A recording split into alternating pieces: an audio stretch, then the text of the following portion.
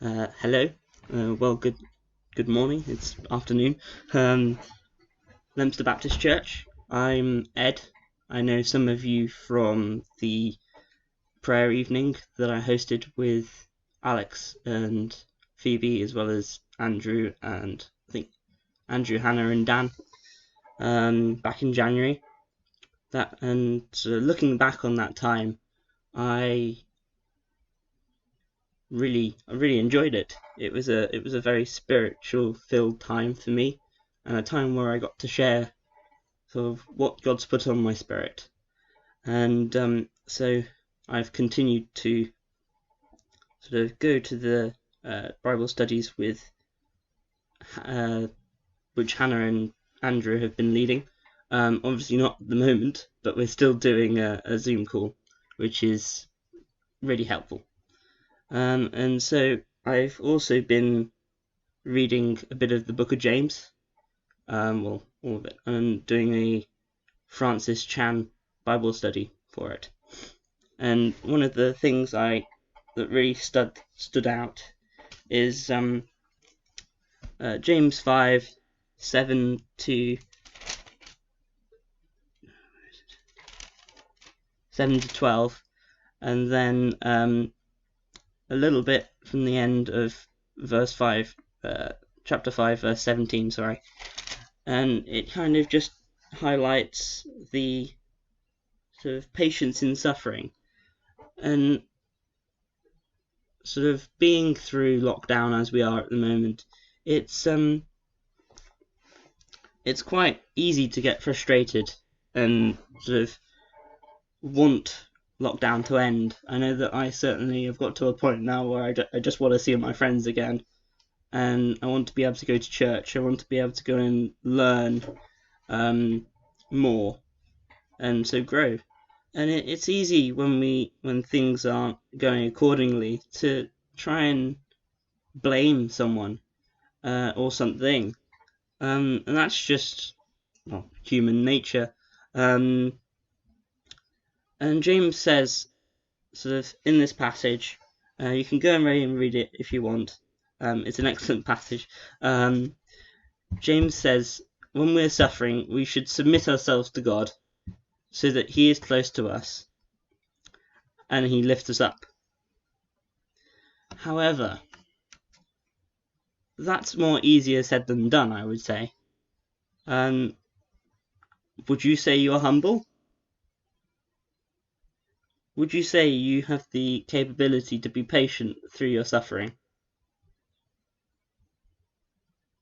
This isn't easy. It's not fair, you might think. James doesn't know what I'm going through. He was writing to the 12 tribes of the dispersion, so persecuted Christians. That was then. We're not persecuted now. We have different suffering. He doesn't know what I am feeling. But what if James isn't talking about what we're experiencing now, but he's saying what we will experience?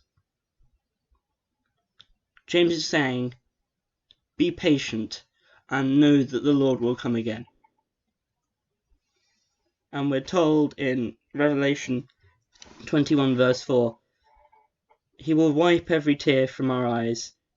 There will be no more death, or mourning, or crying, or pain, for the old order of things has passed away. Hold on, James is saying. Hold on, be patient, and know that everything will be put right. And throughout the Bible and the Psalms, it shows the righteous suffering. And it says in a lot of the Psalms, and the Lord will triumph, and He loves those that are righteous, and He crushes those that cause them to suffer.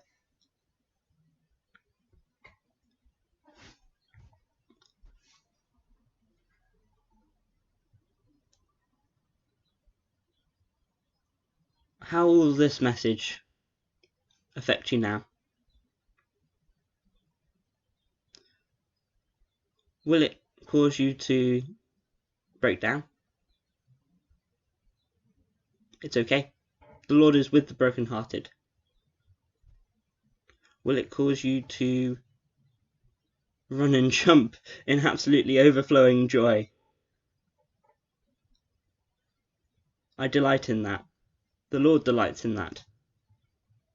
When your spirit is filled with such joy, that is what God uses to spread his word. So, my prayer for the duration of this lockdown is that we all learn the patience to endure the suffering we're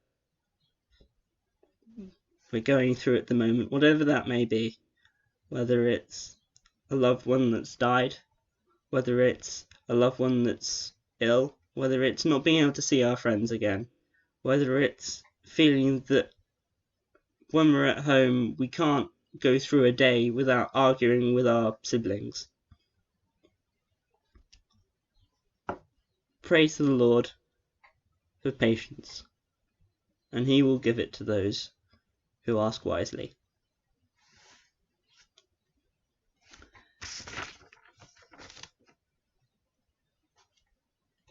And the disciple Peter, he says in chapter 2, verse 20 to 21,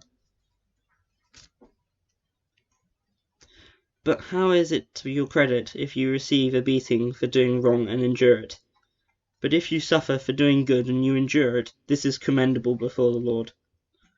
To this you were called, because Christ suffered for you, leaving you in an example, that you should follow in his steps. He committed no sin, and no deceit was found in his mouth." When they hurled their insults at him, he did not retaliate when he suffered. He made no threats. Instead, he entrusted himself to him who judges justly. He himself bore our sins in his body on the cross, so that we might die to sins and live for righteousness. By his wounds you have been healed, for you were like sheep going astray, but now you have returned to the shepherd and overseer of your souls.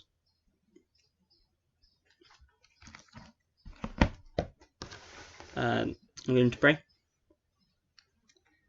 Lord, help us all with our situation at the moment. I bring to you our personal situations and whatever we're suffering at the moment. And Lord, if we're not suffering, I count that as a blessing, Lord, and I will rejoice in you while I don't feel pain. And I pray that your hand of healing will be on each of those that are sick at the moment, and will empower the doctors and the specialists to continue fighting against this virus. And I pray that each of them will feel your hand of help as they go about their daily lives. Amen. And I'm going to finish with a benediction by David Clowes. Whatever we face, we do not face it alone. Wherever we go, we do not journey alone.